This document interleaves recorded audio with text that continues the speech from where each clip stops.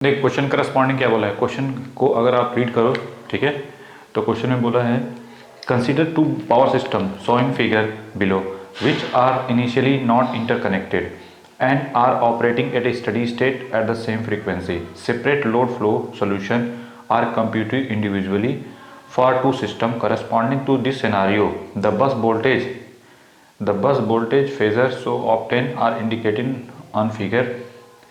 ठीक है, these two isolated systems are now interconnected by a short transmission line shown in figure, and it is found to be P1 P2 P1 this equal to P2 this and this Q1 this equal to Q2 किसके corresponding है, zero corresponding है। ठीक है, तो हमारा target क्या है, the bus voltage phase angular difference between generator बस X एंड जनरेटर बस Y after the interconnecting system is. तो देखो हमारा टारगेट है कि दो ये आइसोलेटेड सिस्टम है, ठीक है, एक ये वाला है और एक ये वाला है, ये दोनों क्या है, आइसोलेटेड। ऐसे ही डायग्राम बना हुआ है, ये पूरा क्या है, आइसोलेटेड है, ये वाला अलग है और ये वाला दोनों, ये दूसरा वाला भी क्या है, अलग है इससे। ठीक है, और दोनों ही, अब क्वेश्चन में ये बोला है कि एट स्टडी स्टेट पे दोनों की जो फ्रीक्वेंसी है, एक की अगर 50 हर्ट्ज है तो दूसरे की भी कितनी होगी, 50 हर्ट्ज करस्पॉन्डिंग, सेम फ्रीक्वेंसी पे ऑपरेट कर रहे हैं।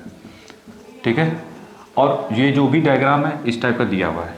ठीक है, मतलब यहाँ पे जनरेटर लोड जो भी कनेक्टेड है और उनके फेजर जो वोल्टेजेस हैं वो दिए हुए हैं। ये जनरेटर X है और यहाँ पे जनरेटर Y है। इस जनरेटर की बात X की बात हो रही है और इस जनरेटर Y की बात हो रही है। अब बोला है कि ये दोनों स्टडी स्टेट पे सेम फ्रीक्वेंसी पे ऑपरेट कर रहे हैं। अब इन दोनों को इंटरकनेक्ट कर दिया गया एक ट्रांसमिशन लाइन के थ्रू, शॉर्ट ट्रांसमिशन लाइन के थ्रू। इस शॉर्ट ट्रांसमिशन लाइन के थ्रू इंटरकनेक्ट किया गया। तो जैसे इंटरकनेक्ट करोगे कुछ इस टाइप का बनेगा, बनाया हुआ है डायग्राम में, कोई दिक्कत हमें दिमाग लगाना भी नहीं है। फिर नेक्स्ट टारगेट बोला कि जब इनको इंटरकनेक्ट किया गया तो हमने देखा गया कि P1 P2 Q1 Q2 जो है ये सभी के सभी क्या आ रहे हैं, जीरो आ रहे हैं। मतलब P1 this equal to P2 this equal to Q1 ये दिया हुआ है, Q2 ये Q1 Q2 ये सभी के सभी क्या है, जीरो हैं। ठीक है, अब ये बताइए ये वैल्यू जीरो दे रखी है तो इसका क्या मतलब है, P1 zero P2 zero Q1 zero Q2 zero. अगर आप हम लोगों ने एक फार्मूला ड्राइव किया था रिसीविंग एंड पे, याद करो रिसीविंग एंड पे। ठीक है, ये P1 P2 है, ये सेंडिंग एंड पावर हो गई और ये क्या हो गई, रिसीविंग एंड पावर हो गई। तो हमारा सिनेरियो ये है कि ये इसका एंगल और इसके एंगल में क्या डिफरेंस है, इन दोनों के बीच का जो डिफरेंस है हमको फाइंड करना है। पहले तो व्हाट हमारा मोटो क्या है, मोटो क्लियर हो गया कि इसका एंगल में से इसके एंगल को क्या करना है, माइनस कर देना है। ठीक है, कब, जब आफ्टर इंटरकनेक्ट कर दिया तब, ये नहीं कि इसमें से इसको माइनस कर दो, अभी नहीं। अब देखो जैसे इंटरकनेक्ट करोगे क्या निकल के आया, P1 P2 Q1 Q2 equal to zero, ये क्वेश्चन में दिया। शॉर्ट ट्रांसमिशन लाइन के लिए हम लोगों ने फार्मूला ड्राइव किया था।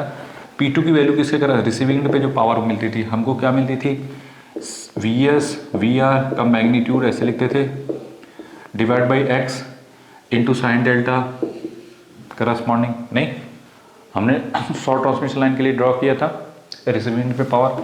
अच्छा, अब यहाँ पे P2 की वैल्यू किसके करस्पॉन्डिंग, जीरो करस्पॉन्डिंग है। जब P2 की वैल्यू जीरो है तो ये बताओ mod VS mod VR into sine delta divide by X।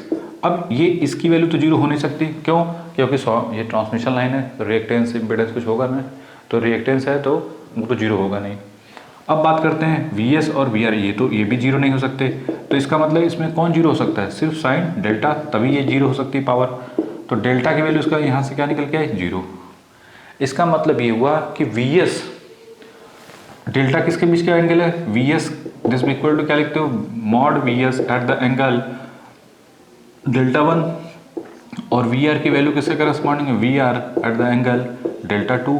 अगर ये जनरली हम लोग इसको जीरो लेके चलते हैं तो ये डेल्टा हो जाता है, नहीं, अगर आप डेल्टा 2 भी लेके चलोगे तो डेल्टा 1 और डेल्टा 2 में क्या रिलेशन आएगा, ये जो होता है डेल्टा वो किसके करस्पॉन्डिंग, डेल्टा 1 माइनस डेल्टा 2।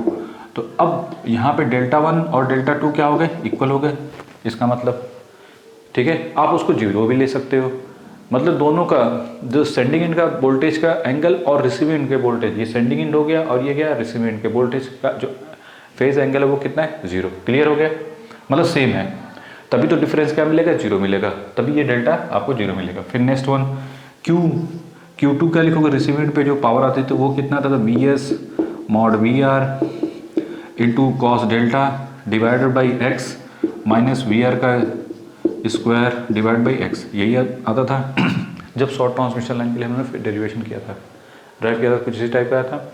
अब ये बताइए जब Q2 की वैल्यू जीरो हो जाएगी, ये जीरो हो नहीं सकता, ये भी जीरो नहीं हो सकता, ठीक है, और डेल्टा आपको पता ही चल गया है कि डेल्टा की वैल्यू कितनी, जीरो, तो ये कितना हो जाएगा, mod v s minus mod v r, और यहाँ पे हो जाएगा mod v r this equal to zero, क्योंकि cos delta one, cos delta की वैल्यू जीरो पुट करो तो वन हो जाएगा। तो अब ये वैल्यू, ये तो जीरो नहीं हो सकती, इसका मतलब कि mod v s this equal to mod v r, ठीक है। अब इससे हमको क्या निकला कि वी एस और वी आर दोनों सेम होने चाहिए, ये तभी पॉसिबल है, क्या निकल के आया कि मैग्नीट्यूड सेंडिंग एंड का वोल्टेज का और रिसीविंग एंड के वोल्टेज का मैग्नीट्यूड सेम होना चाहिए और फेज एंगल भी क्या होना चाहिए, सेम होना चाहिए, तभी, ठीक है, तभी आपको P1 P2 Q2 क्या मिलेगा, जीरो मिलेगा, ठीक है, क्लियर है कि नहीं। उसी केस में आपको P1 P2 भी, आप P1 और Q1 भी क्या मिलेगा, उसके करस्पॉन्डिंग जीरो। तो हमको एक चीज़ ये तभी मिल सकता है जब अगर आपने इसको सिस्टम को A मान लिया और यहाँ पे और इसको B मान लिया, तो आप कहोगे क्या कि जो इसको बस A और ये बस B, ठीक है, हमने A और B मान लिया, नहीं ज़्यादा सही है।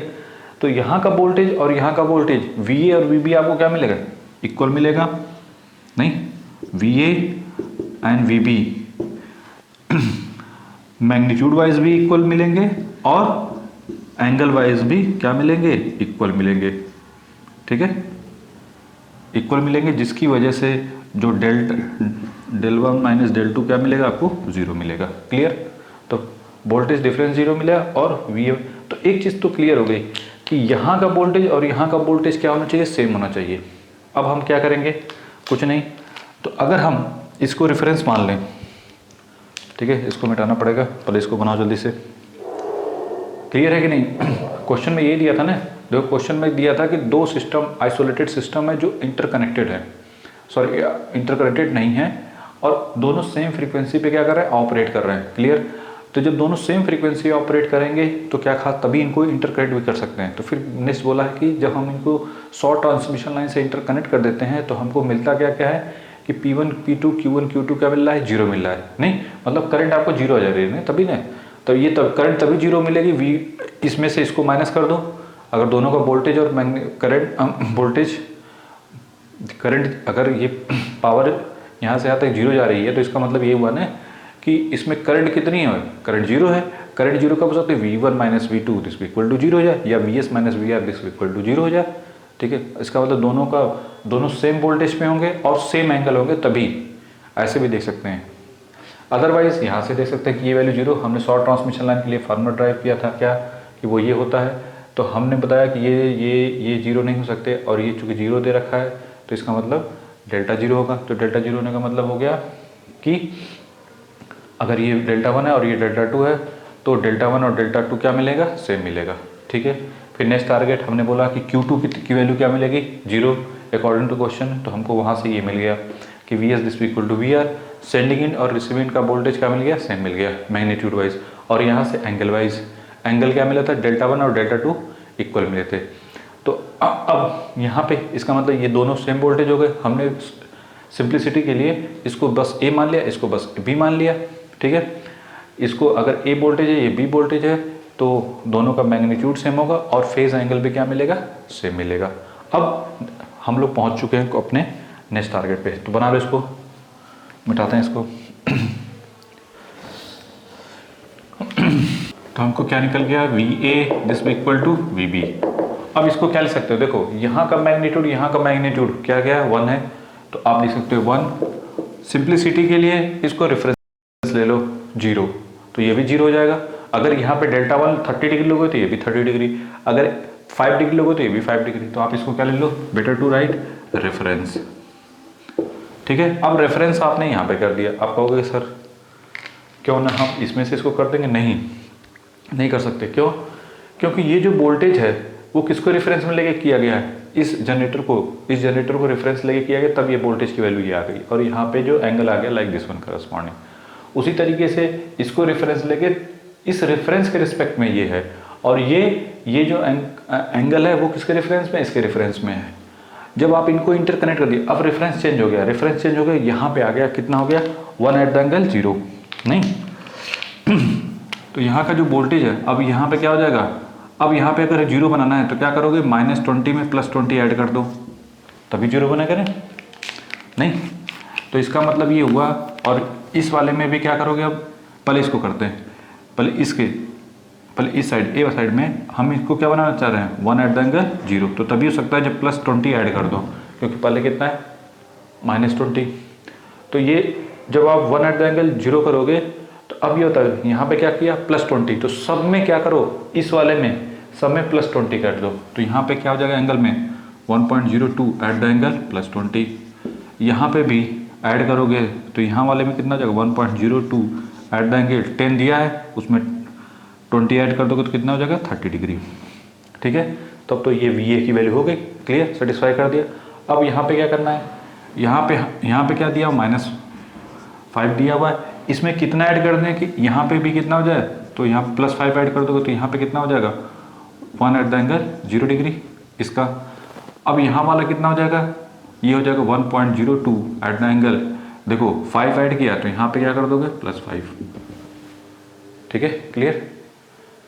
यहाँ पे अगर नहीं दिख रहा है तो इसको 1.02 एट द एंगल +5 डिग्री, क्यों, क्योंकि यहाँ पे देखो 0 है, क्योंकि हमने क्या किया, हमको यहाँ पे क्या करना था 0 बनाना, 0 बनाने के लिए +5 ऐड करना पड़ेगा, तो इसका मतलब इस पूरे होल सिस्टम में 5 डिग्री ऐड कर दो एंगल वाले में, तो यहाँ वाले में कितना हो जाएगा, that is 1.02 at the angle कितना पर 15 है, तो इसमें कितना हो जाएगा +5 ऐड कर देंगे 20।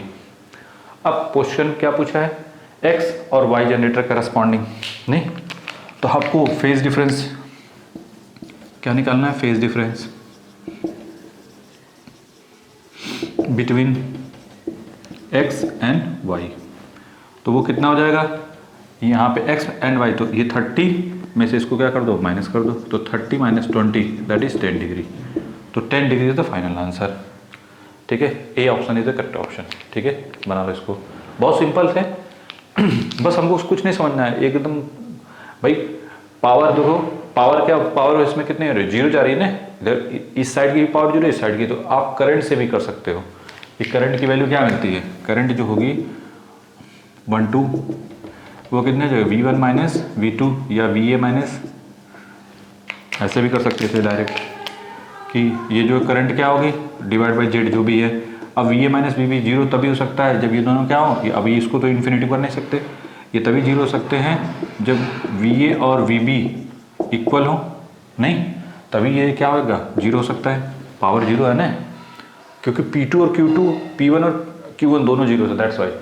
तो ये तभी पॉसिबल है जब ये दोनों इक्वल हो, not even magnitude wise, even angle भी होना चाहिए, क्या चाहिए सेम होना चाहिए, ठीक है। तो ये वोल्टेज इक्वल हो गए एंड मैग्नीट्यूड जो एंगल है वो भी क्या हो इक्वल हो, तो उसके बेस पे हमने इसको कर दिया। फिर क्या करना था, कुछ नहीं, इतना करने के बाद फिर हमको निकल गया कि यहाँ का वोल्टेज मैग्नीट्यूड वाइज सेम होना चाहिए। पहले कितना दिया था 1 तो 1 कर दो, कोई दिक्कत नहीं। फिर नेक्स्ट टारगेट कि व्हाट अबाउट एंगल, अगर एंगल किसी को अगर यहाँ पे 30 रखोगे तो यहाँ पे भी 30 रखना पड़ेगा। तो अगर हमने सिंप्लिसिटी के लिए इसको 0 कर दिया, अगर इसको 0 रखोगे तो ये भी 0, तो 0 जैसे ही करोगे आप कहोगे सर यहाँ पे भी 0 है, तो इसका मतलब रेफरेंस आपका चेंज हो जाएगा, पहले जो रेफरेंस था वो नहीं रहेगा। तो जैसे इसको 0 करोगे तो इसका मतलब अब पहले कितना था, यहाँ पे कितना -20 था, तो उसमें क्या कर दिया, कितना ऐड कर दें कि वहाँ पे 0 हो जाए, तो हमने क्या कर दिया +20 ऐड कर दिया। जैसे +20 ऐड करोगे यहाँ पे 0, तो यहाँ पे भी +20 पूरे होल सिस्टम में ऐड हो जाएगा, तो जो भी यहाँ का चेंज हो गया इतना आ गया। फिर उसी तरीके से यहाँ पे -5 था, इसको 0 बनाना था, +5 ऐड कर दिया तो ये 0 हो जाएगा एंगल, ठीक है। तो फिर इसके बाद यहाँ पे 5 ऐड होगा यहाँ पे, और फिर इसके बाद नेक्स्ट टारगेट था कि हमारा टारगेट था इसमें से इसके एंगल को माइनस कर देना। तो जो भी एंगल यहाँ पे आया, जब रेफरेंस यहाँ पे 1 एट द एंगल 0 हो गया, यहाँ पे 1 एट द एंगल 0 हो गया, नहीं जब इन दोनों का रेफरेंस सेम हो गया है ना, तभी आप कहोगे 30 - 20 कितना हो जाएगा 10 डिग्री, ठीक है। तो ये हो गया फाइनल आंसर। बहुत इजी क्वेश्चन है, एकदम कंसेप्ट पे है, बना लो इसको।